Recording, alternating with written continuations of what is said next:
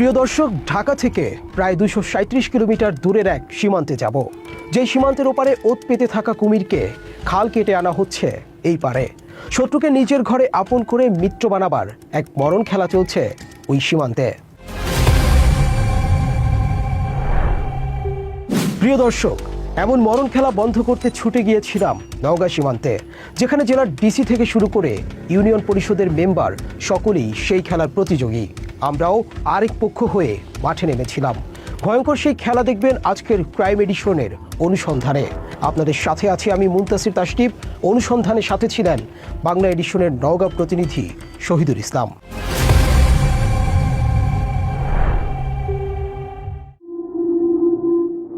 নওগাঁর পত্নীতলা।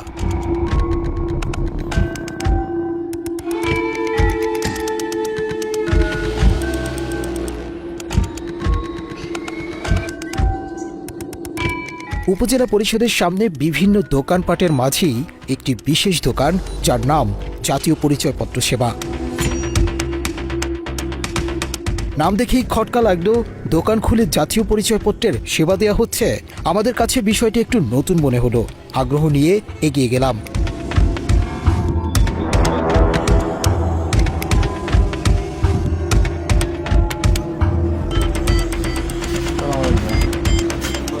নামের মতো দোকানের ক্রেতা বিক্রেতাদের আচার আচরণও অন্য দোকানের চেয়ে একটু ভিন্ন। কি হয় এই দোকানে, এমন আগ্রহ থেকেই কিছুক্ষণ পাশে দাঁড়িয়ে জানার চেষ্টা করছিলাম জাতীয় পরিচয়পত্রের কি সেবা দেয়া হয় এখানে। বেশ কিছুক্ষণ দাঁড়িয়ে থেকে যা দেখেছি তা গা শিউরে ওঠার মতো। এই দোকানে শুধু জাতীয় পরিচয়পত্রের সেবা না, এখানেই বিক্রি হচ্ছে নকল পরিচয়পত্র। শুধু পরিচয়পত্র বললে ভুল হবে, এই দোকানে বিক্রি হচ্ছে আমার দেশ, দেশের স্বাধীনতার সার্বভৌমত্ব। প্রিয় দর্শক, একটা কম্পিউটারের জাতীয় পরিচয়পত্র সংশোধনের নামে ওই দোকানে কি চলছে সেটা খুঁজে বের করতে আমরা আবার সেখানে যাব। তার আগে চলুন 6 মাস পেছনের একটি ঘটনা দেখে আসি।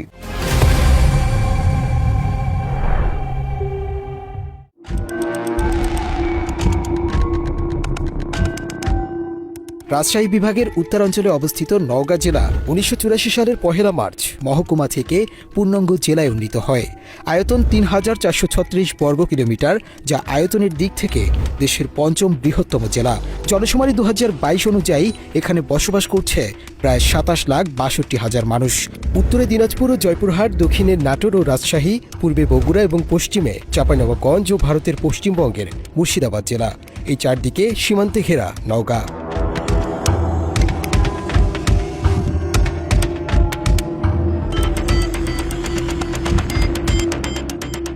ভারতের সঙ্গে জেলার সীমান্ত রেখার দৈর্ঘ্য প্রায় 56 কিলোমিটার, যা ধামইরহাট, পত্নীতলা ও নিয়ামতপুর উপজেলার সঙ্গে যুক্ত। সীমান্ত জুড়ে রয়েছে গ্রাম, কৃষি জমি ও ছোট ছোট বাজার। বরেন্দ্র অঞ্চলের লালচে দোআঁশ মাটির জন্য নওগাঁ কৃষিতে সমৃদ্ধ। ধান উৎপাদনে বিশেষ খ্যাতির কারণে এ জেলা ধানের ভাণ্ডার নামে পরিচিত। পাশাপাশি আম, লিচু, সবজি ও মাছ উৎপাদনেও নওগাঁ সুপরিচিত। জেলার মধ্য দিয়ে প্রবাহিত হয়েছে ছোট যমুনা, আত্রাই, পুনর্ভবা ও নাগর সহ একাধিক নদী। রয়েছে রক্তদহ, বিল সহ নানা জলাশয়। তবে আমাদের আজকের আলোচনার বিষয় অন্য কিছু। নওগাঁর সাথে ভারতের মোট 56 কিলোমিটার সীমান্ত রয়েছে। এই এলাকায় বেশ কয়েক বছর ধরে অপরিচিত কিছু মানুষের আনাগোনা চোখে পড়বার মতো। দেখতে বাংলাদেশি মানুষের মতো হলেও তাদের কথাবার্তা শুনলে মনে হয় ভিনদেশি। হঠাৎ করেই উড়ে এসে জুড়ে বসা এসব অপরিচিত মানুষের উপস্থিতি দিয়ে এলাকার মানুষের মাঝে ছড়িয়ে পড়েছে আতঙ্ক, উৎকণ্ঠা। এমন উদ্বেগ উৎকণ্ঠার মাঝেই গেল 20 মার্চ 2025 তারিখে রহস্যজনক এক ঘটনা ঘটে নওগাঁয়। জেলার নিয়ামতপুরের পারৈল ইউনিয়ন পরিষদে ভুয়া কাগজপত্র জমা দিতে গিয়ে হাতে নাতে ধরা পড়ে 1 ডজন ভুয়া নাগরিক।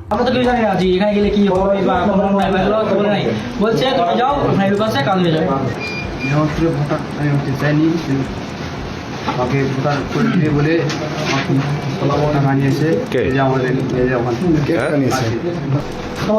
তো আমার বাইরে যাবো, আমার আশা বাইরে যাবো।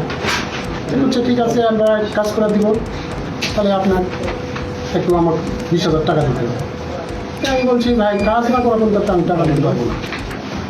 কাজ করে দিলে ওই পাসপোর্ট অফিসের সাইডে একটা কম্পিউটার যাদের সাথে কিছুক্ষণ কথাবার্তা বললেই বোঝা যায় তারা সকলেই ভারতের নাগরিক।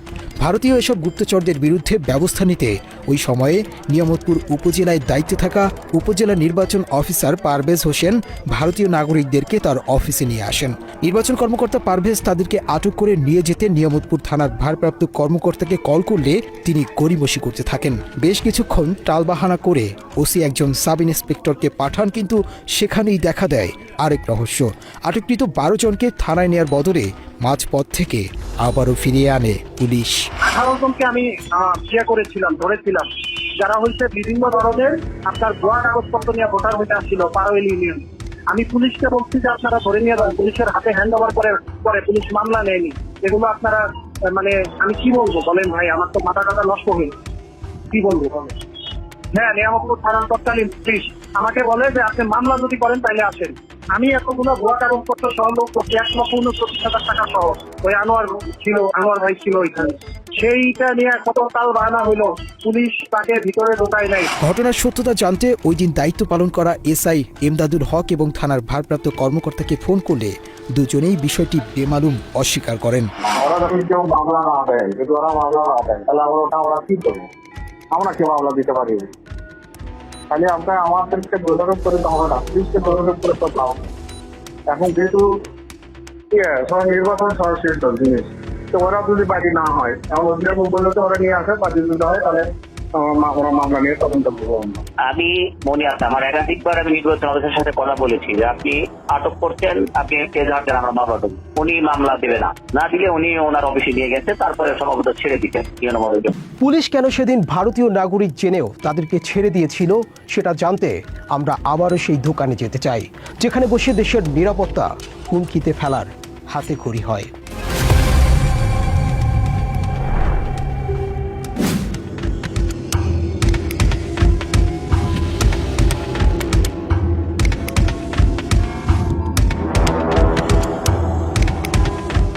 পত্নীতলা উপজেলা পরিষদের সামনের সেই দোকানে ঢোকার আগে এই এলাকার বাসিন্দাদের সাথে একটু কথা বলে আসতে চাই, যারা দীর্ঘদিন ধরে এলাকায় সন্দেহজনক অপরিচিত লোকজনের আনাগোনা দেখেছেন।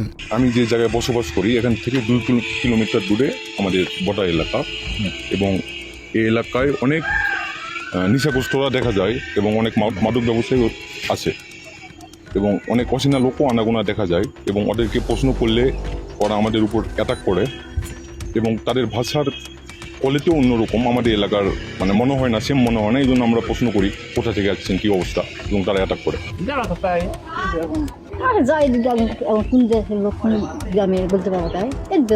সাবেক নিয়ামতপুর উপজেলা নির্বাচন অফিসার পারভেজের সাথে কথা বলে একটু ধারণা পাওয়া গেল।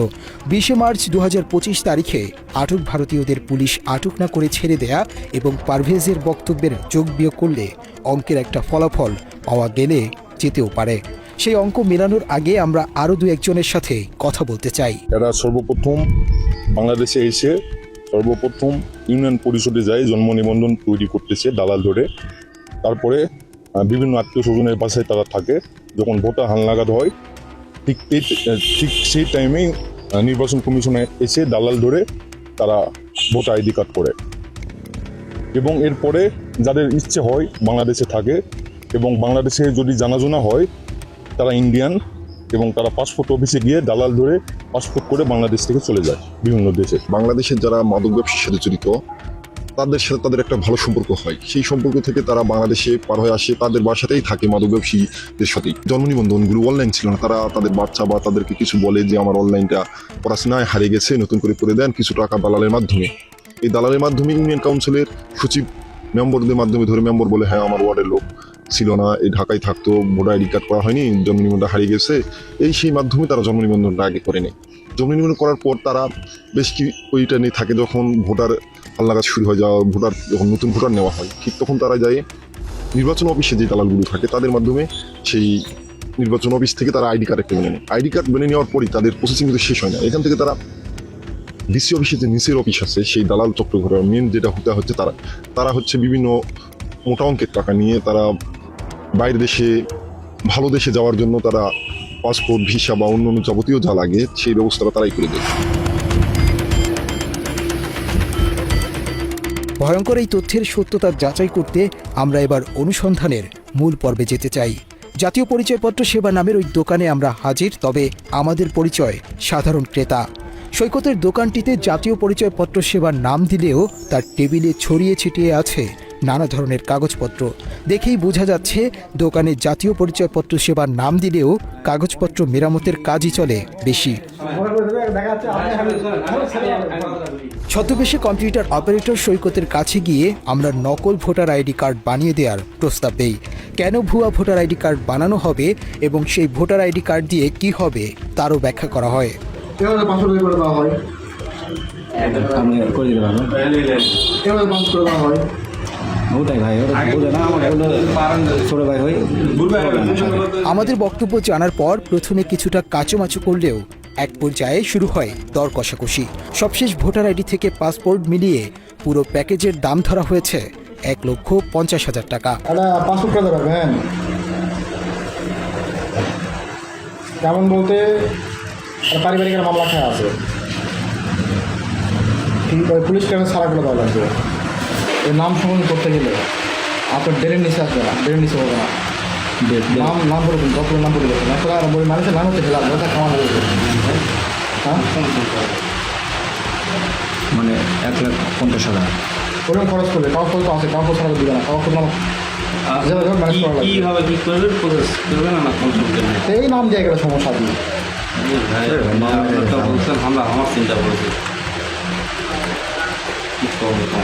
সৈকতের এক ঔষধেই মুক্তি মিলবে সব রোগ থেকে। পয়সা দিলে মামলা কিংবা সাজাপ্রাপ্ত আসামি সবার জন্যই মিলবে পাসপোর্ট।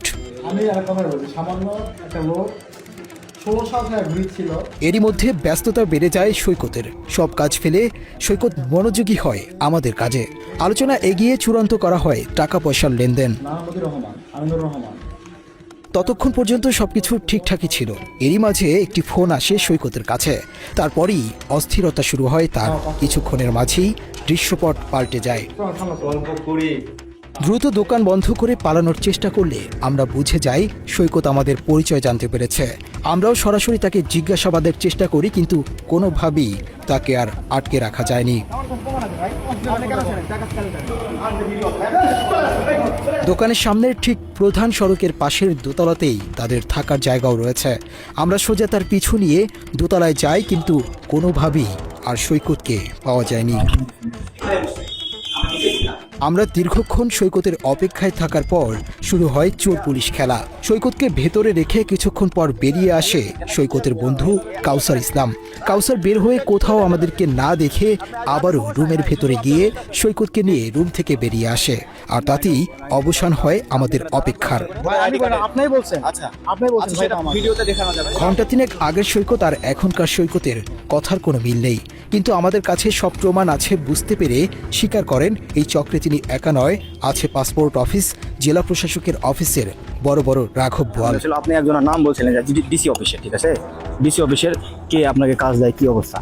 কাজ যায় না, কাজ আমার থেকে ওই কাগজগুলো কাজ করে না। ওর নাম হচ্ছে স্বামী, ওর নামও স্বামী। ওর নামও শামীম? হ্যাঁ, ওর নাম, হ্যাঁ স্বামী, স্বামী, ওর নামও স্বামী। ওই কি করে? পা ন্যাংরা করে। ন্যাংরা শামীম, আচ্ছা। হ্যাঁ। ওখানে কি করে তা বলতে পারছি না। কি হবে? ডিসি সম্ভবত অফিসে দালালি হবে। হ্যাঁ, দালালি হবে। ডিসি অফিসের মানে সম্ভবত আপনার দালালি হবে সম্ভবত।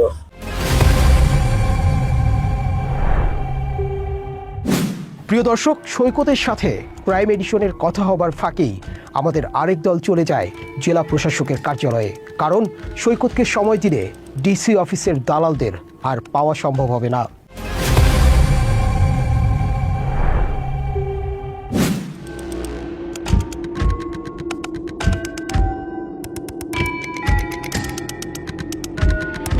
সৈকতের দেওয়া তথ্য অনুযায়ী ডিসি অফিসের মূল দালালের নাম শামীম হোসেন। আমাদেরকে শামীমের সাথে কথা বলতে হবে। ডিসি অফিসের সামনের নিচের পরিবেশ দেখে বলতে হবে এসব দেখি দালালের হাটবাজার। নওগাঁ ডিসি অফিসের মূল কাজই যেন ভারতীয় নাগরিকদেরকে বাংলাদেশি পাসপোর্ট পাইয়ে দেয়া। সৈকতের দোকানের মতো আমরা আবারও ছদ্মবেশ ধারণ করি। প্রথমেই আমরা শামীমের খোঁজ করতে থাকি। বেশ কিছুক্ষণ সন্ধানের পর দেখা মেলে শামীমের। শামীমের কাছে আমাদের পরিচয় ভারতীয় নাগরিক, বাংলাদেশে বাড়িঘর, আত্মীয় স্বজন কিছুই নেই। বাংলাদেশে একটি পাসপোর্ট লাগবে। শামীম আমাদেরকে দুটি বিকল্প দেন, জন্মসনদ, এনআইডি এবং পাসপোর্ট সব একসাথে করে দিতে সময় লাগবে 20 দিন, আর এতে খরচ হবে 1 লাখ টাকা। দ্বিতীয় প্যাকেজটি মাত্র 3 দিনের, তবে খরচা একটু বেশি লাগবে। আজকে কাজ করলেন তো মানুষকে আছে ইনশাল্লাহ আমি করার জন্য আমি জায়গায় ঢুকছেন ভয়ে ঢুকছেন পাসপোর্ট এনআইডি কার্ড সব মিলিয়ে 1 টাকা আগে 2,000 টাকা দিব কাজ শেষ করে 1 লাখ দিয়ে দিল চেক দিয়ে দিল যদি আপনি বলে যদি আমি চেক দিন ক্যাশ বলে ক্যাশে দিবেন সমস্যা টাকা সমস্যা আমি বলি আমি বিশ্বাস হয়ে আমি আমার কাজ আমি আমাদের অফিস টাকা দেবো ঠিক আছে টাকা দিয়ে আজকে বছর কাজ শেষ হয়ে যাবে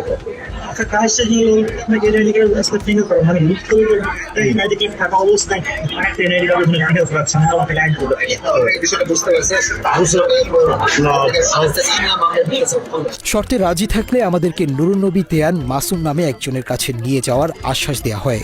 আমরা তাদের শর্তে রাজি হই। মুহূর্তেই ঘটনাস্থলে আবির্ভাব ঘটে দালালদের মূল হোতা নুরুন্নবী দেওয়ান মাসুমের। তার ক্ষমতা শামীমের চেয়েও অনেক বেশি। পাসপোর্ট তার জন্য পানি পান্তা। আমরা খুব দ্রুত সময়ে পাসপোর্ট নিতে মাসুমকে টোপ দিলে তিনি আমাদেরকে পাসপোর্ট পাবার সব রাস্তা জানিয়ে দেন। সবকিছু ঠিকঠাকই চলছিল, কিন্তু সৈকতের দোকানের খবর ততক্ষণে ডিসির কার্যালয় পর্যন্ত পৌঁছে যাবার পর হঠাৎই পরিবেশ পাল্টে যায়। পাসপোর্ট করে দেওয়ার পরিবর্তে আমাদের উপর হামলার প্রস্তুতি নেয় দালালদের পালিত সন্ত্রাসীরা।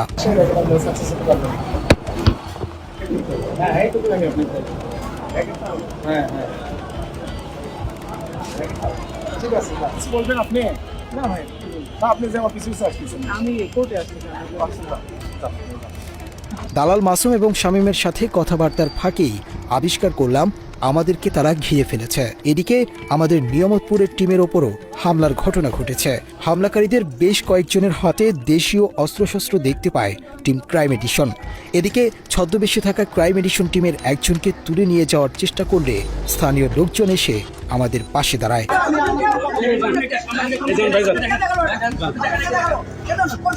লোকজন জড়ো হয়ে যাবার পর আমাদেরকে হুমকি দেয়া হয় তাদের হাত অনেক লম্বা, অতএব এসব নিউজ করেও কোনো লাভ হবে না।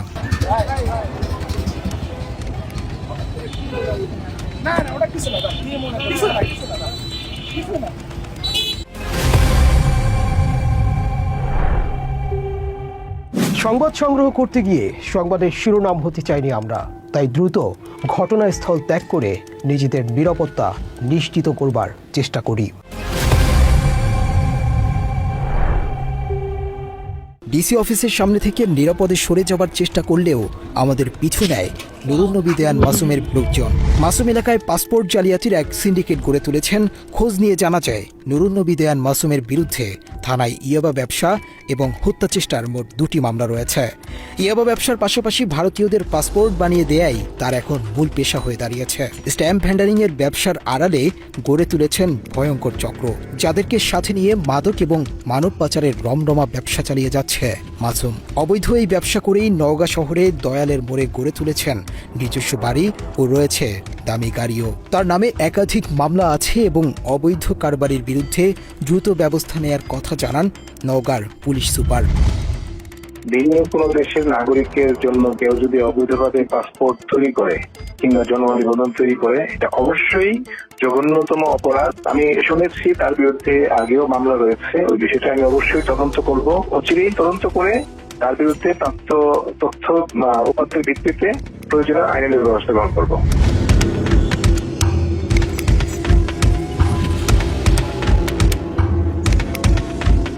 এসব ঘটনার পরদিন আমরা আবারও যাই জেলা প্রশাসকের কার্যালয়ের নিচে। তবে এবার আর ছদ্মবেশী নয়। আমাদের দেখে প্রথমেই চিনে ফেলে দালাল চক্রের শামীম। চেষ্টা করে ঘটনাস্থল ত্যাগ করার। আগের দিনই পাসপোর্ট করে দেওয়ার জন্য লাখ টাকা চাইলেও এসবের কিছুই যেন আর জানে না শামীম। আমরা তাকে হাতে নাতে ধরলে ওই স্থানে জড়ো হয় সাধারণ মানুষ ও দালাল চক্রের আরও কয়েকজন সদস্য, যারা হঠাৎই আমাদের ক্যামেরা পার্সনের উপর হামলা চালায়।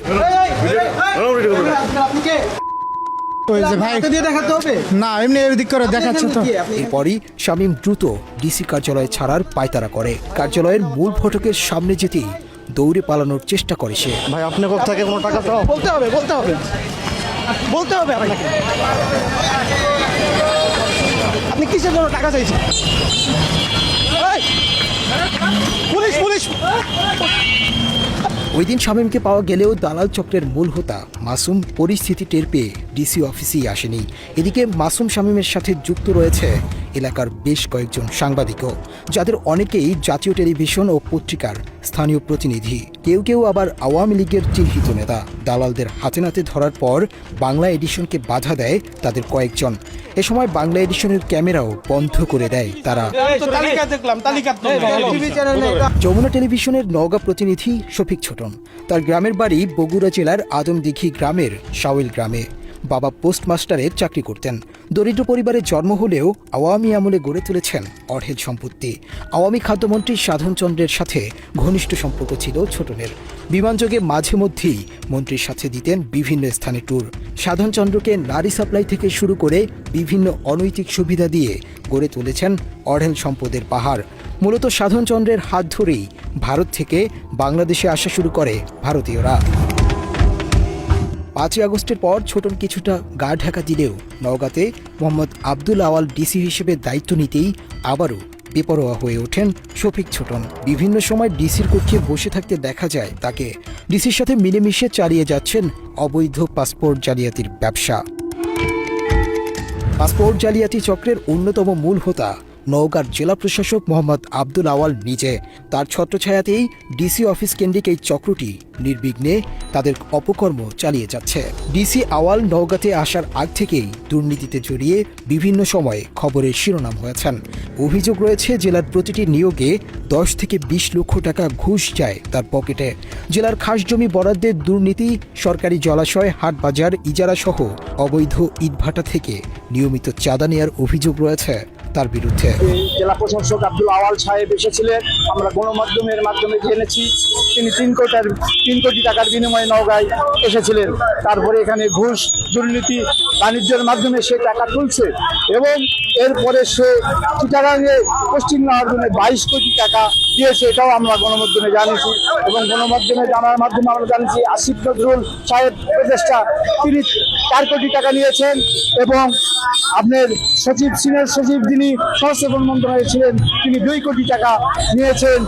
আজকে আমাদের কানে এসেছে এবং প্রচার মাধ্যমে গণমাধ্যমে জেনেছি ভারতীয় নাগরিকদেরকেও 3 লাখ টাকার বিনিময়ে এখানে নওগাঁতে নাগরিকত্ব দেওয়া হয়েছে।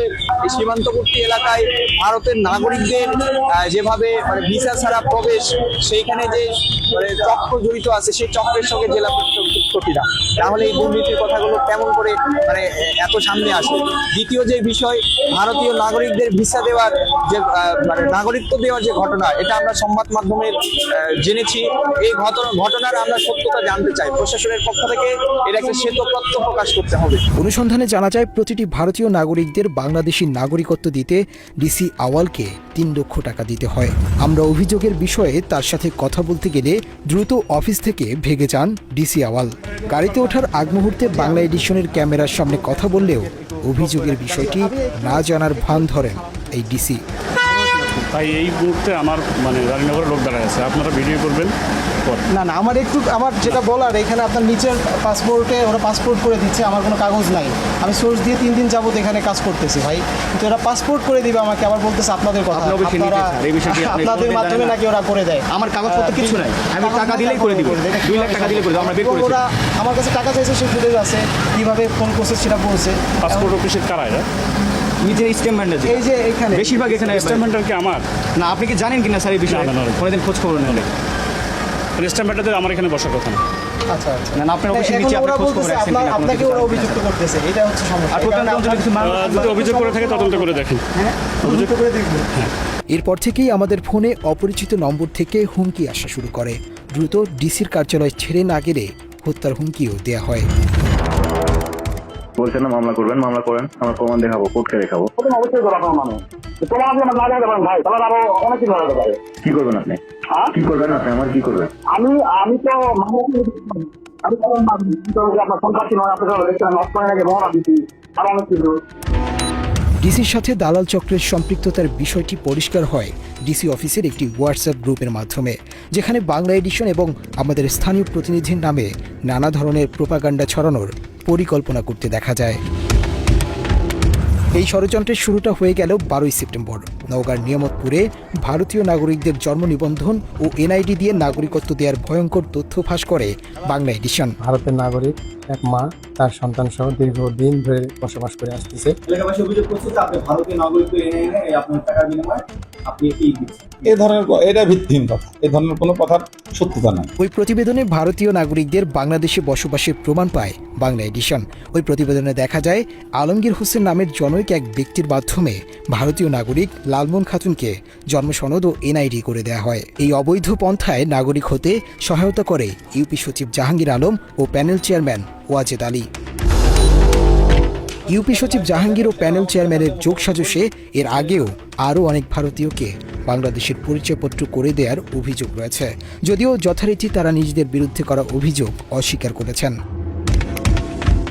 সেই প্রতিবেদনের গুরুত্ব বিবেচনায় ঢাকা থেকে নওগাঁতে হাজির হয় টিম ক্রাইম এডিশন। তারপর থেকেই লাপাত্তা ইউপি সচিব ও প্যানেল চেয়ারম্যান। তাদের হয়ে বাংলা এডিশনের স্থানীয় প্রতিনিধিকে কল করেন ইউনিয়ন পরিষদের নারী সদস্য সাথী। এ সময় নিজেদের ভুল স্বীকার করে নতুন করে আর কোনো সংবাদ প্রচার না করার অনুরোধ করেন সাথী। আমার হলো জানা মতে মনে করেন যে এর বাবার বাড়ি হলো ভারতে। লালমন খাতুনের বাবার বাড়ি ভারতে নাকি? ভারতে ভাইয়া, এটা তো মনে করেন জি ভাইয়া। এখন একটা কথা হলো কি যে এখন মনে করেন যে আমাদের ভুল হয়ে গেছে বলে তো আমরা কিছু পাঠাচ্ছি যে ভোটার আইডি কার্ড বাতিলের জন্য। এখন মনে করেন পুরাটাই অদের ভোটের সময় মনে করেন অনেক কম সই করে নিচ্ছে আমাদের কাছে। নির্বাচন কমিশনের দেয়া তথ্য অনুযায়ী লালমন সহ সীমান্ত এলাকার একাধিক ভারতীয় অবৈধভাবে নাগরিকত্ব পাচ্ছে, যা জাতীয় নিরাপত্তার জন্য মারাত্মক ঝুঁকিপূর্ণ। এরই মধ্যে 64 জনের নামের তালিকা পাওয়া যায়, যাদের বেশিরভাগ ভুয়া জন্ম নিবন্ধন জমা দেওয়ার হালনাগাদ বাতিল করা হয়েছে। এর মোট সংখ্যা হয়তো আরও কয়েক গুণ। স্থানীয় পাসপোর্ট অফিসের উপপরিচালকের সাথে কথা বলেও ঘটনার সত্যতা পাওয়া যায়। উপপরিচালক AHM আশিকুর রহমান জানান, আগে পাসপোর্ট করতে পুলিশ ভেরিফিকেশন থাকলেও এখন তা শিথিল করা হয়েছে, যে কারণে অবৈধ উপায়ে পাসপোর্ট পাওয়া সহজ হয়েছে। এটার সাথে তো ভাইয়া আমরা দেখেন এটা এনআইডির এখন হ্যাঁ এখানে একটা মিসকমিউনিকেশন আছে তো অবশ্যই, তাই না? একটা মানুষ এনআইডি যাইনি আসুক, আমাকে ওইভাবেই দিতে হবে। আগে যেমন আমরা MRPর মতো দিতে পারতাম কিন্তু পাসপোর্ট, ওই যে বললাম যে 25 সালের 8 ফেব্রুয়ারি যে গ্যাজেটটা হয়েছে, অর্ডারটা হয়েছে, এরপর থেকে কিছু করার সুযোগ নেই। একদম এনআইডিতে যদি ভুল নামও থাকে, সে বলতেছে যে আমি বলছি ভাই এটা সংশোধন করে নিয়ে আস, অথবা যেমনে আছে ধরেন মানে আমার নামের আশিকুর রহমান, যেন ক্যাটা নাই, আশিউর রহমান দিয়ে আমার নিতে হবে। আমি যতই আমার সার্টিফিকেট দেখাই, যত পিসিবি ডকুমেন্ট দেখাই, কিচ্ছু লাভ হবে না। তার মানে কাজটা শুরু হয় বলতে পারবো না। এই জন্য বললাম প্রাইমারি ডকুমেন্ট, মুখ্য একটা ডকুমেন্ট হচ্ছে এনআইডি, জাতীয় পরিচয়পত্র। ওইখান থেকে আমাদের কাজটা শুরু হয়। প্রিয় দর্শক, স্বাধীনতা অর্জনের চেয়ে নাকি স্বাধীনতা রক্ষা করা আরও কঠিন। সেই কঠিন কাজকে আরও কঠিন করে তুলছে আমার দেশেরই কিছু দেশবিরোধী চক্র। এই চক্রের মূল উপড়ে ফেলতে না পারলে কষ্টার্জিত এই স্বাধীনতা আবারও কাঁটাতারে মুখ থুবড়ে পড়বে। এবার যাবার পালা, দেখা হবে আবার। যেখানেই অন্যায় অনিয়ম, সেখানেই ঢাল হয়ে দাঁড়াবে টিম ক্রাইম এডিশন। বিচারের সব দরজা বন্ধ হয়ে গেলেও ভুক্তভোগীদের কথা তুলে ধরার জন্য খোলা থাকবে আমাদের দুয়ার। আমাদেরকে জানান, আমরা বলবো আপনার কথা ঠিক আপনার মতো করে। আল্লাহ হাফেজ।